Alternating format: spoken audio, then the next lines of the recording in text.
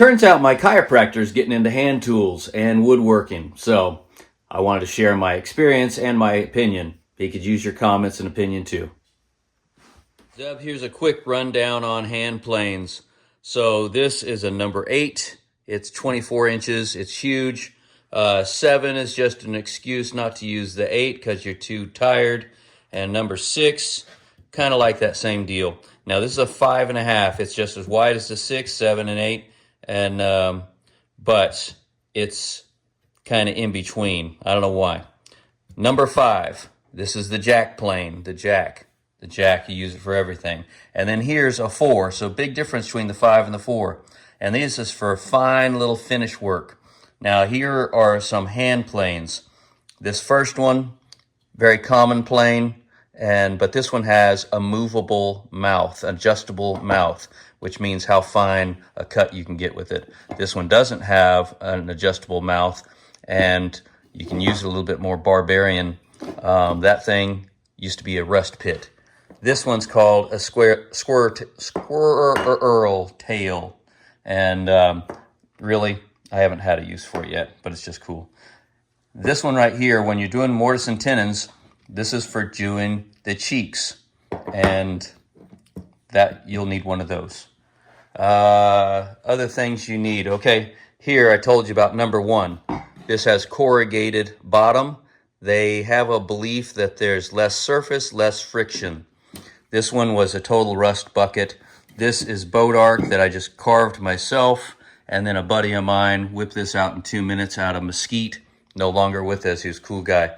And this one, expensive low angle varieties. Very seldom do you need to use one of those in crazy, real crazy grain. Little square for depth. Another square old style metal style. This angle finder. Once you got an angle, whatever arbitrary it is, you can transfer this back and forth. You can also use it making dovetails.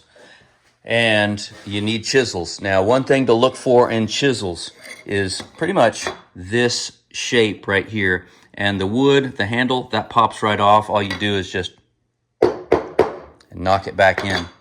And that changes with the weather. It should say Sweetheart by Stanley. 720s is a number, but Sweetheart is always a good deal. This thing, I got it for $2, and it was a rust bucket, and it is sharp as crud. Most of the time, they're not this long. They're for getting into deep mortises. You need a marking gauge, sharp as crud, because pencils, that's about 10 times too big of a line. And you need a mallet, sometimes working with your chisels, sometimes you just use your hand. But that is boat arc. I made that myself years ago. Phenomenal. Here's another good one that's really good and controllable. These are things you need. A 4, a 5, maybe one of these guys. These are good for doing the cheeks, for rabbits, and you need a block plane. That's all you need. We're looking at vices. Now, this bench vise is just an absolute piece of junk. Don't even waste your time on getting one of those in the beginning. You want to get something like this. This is called a quick release, and you just shift it back, and you can open and close it, and then close it down. Bam, it's that fast. This also has this mechanism right here. Make sure the one that you get stays up. A lot of them don't. So here's what you do with this. So this is a dog. And this is a brass one. They come square, but this one has a flat cheek on it. And then you just put your board, jam it on there, and then tighten it in place. Now you're ready to plane.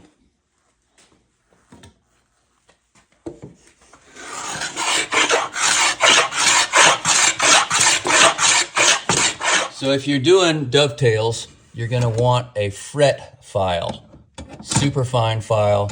These are a dime a dozen. You can get them at garage sales, estate sales, everywhere. Also, don't throw these away anymore. Keep them. It keeps your tools from rusting. Squares and markers. You always want one of those. There's a ton of different. There's low angle, and there's open mouth, adjustable mouth, and even tiny guys. That one I got for a couple of bucks. Ooh, get some rust back on it. Worthless, don't get one of these. That right there is called a bull nose. You rarely ever will use one of these.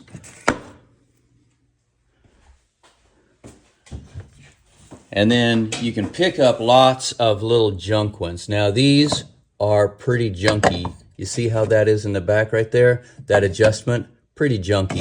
None of these have I fixed yet.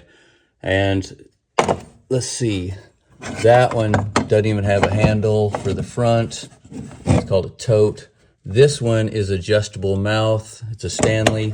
Most of these are Stanleys, made by Stanley or copies. Now, if they have just the pressed metal, that's for the handle adjustment, that's kind of junk too, even though that's an old one. And some of them come in maroon, there was a phase, and they also come in blue, and just different years. So hand saws, you're gonna wanna get into hand saws. You don't really want to get into these kind of saws. Now this one's called a gentleman's dovetail saw.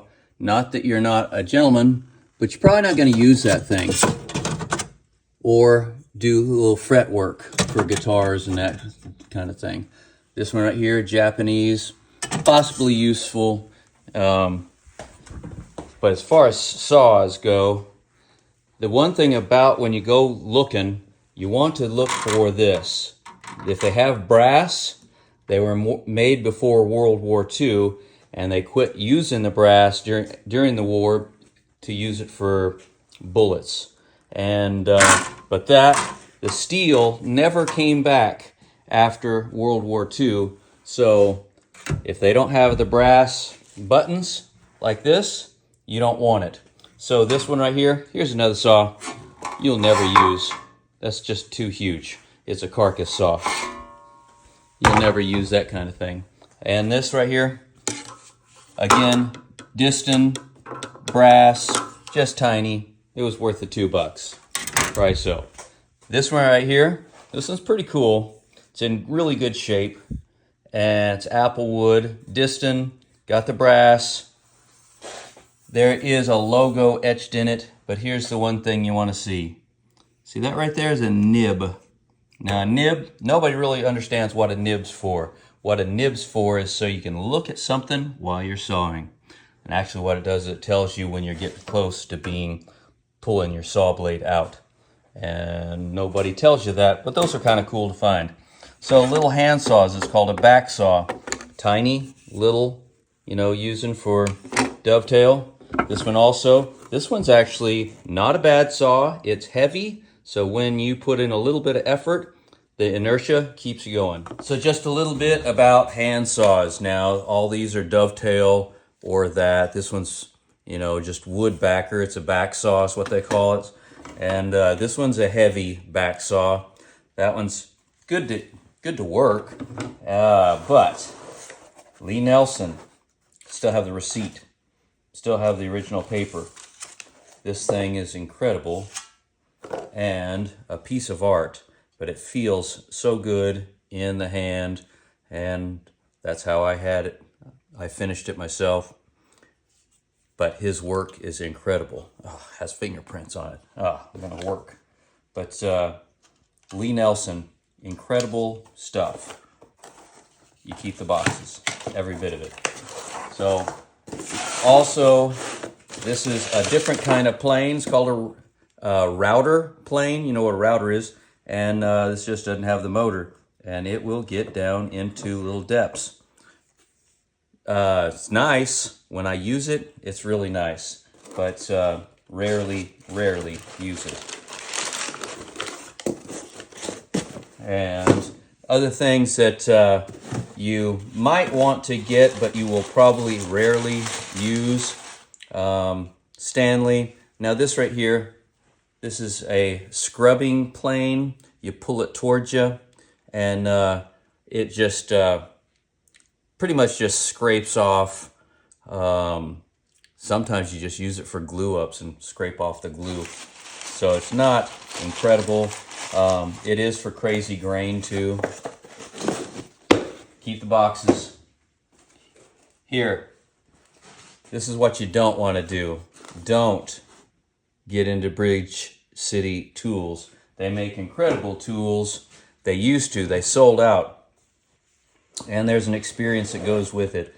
They're super expensive, incredible, great quality.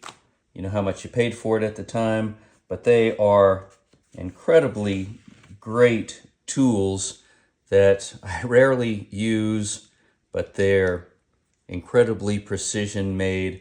They used to be made out of Portland. They sold out. Now they're made in China. Not the same.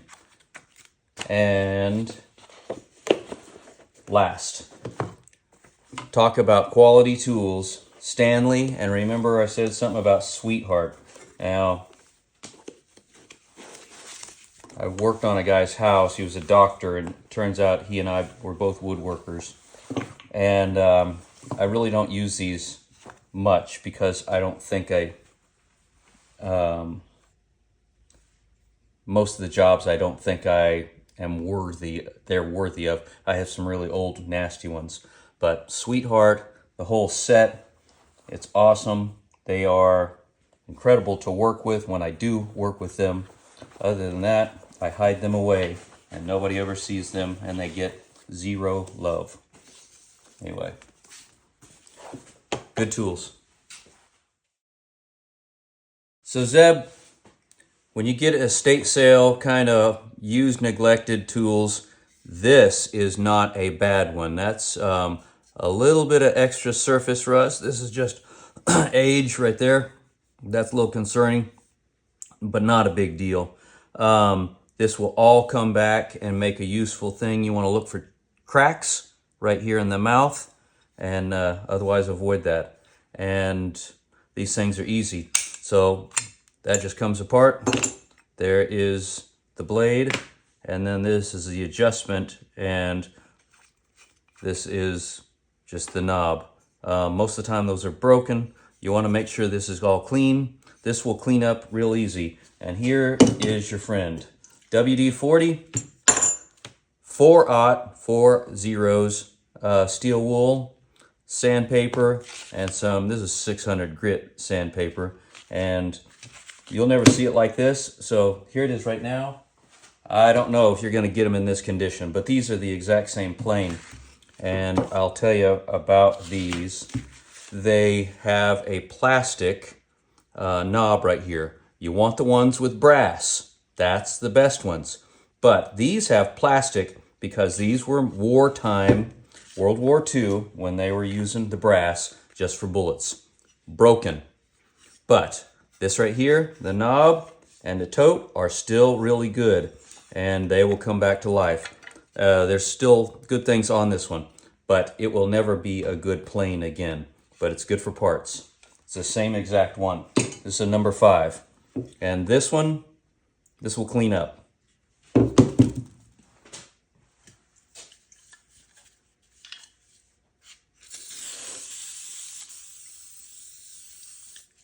Let's get started.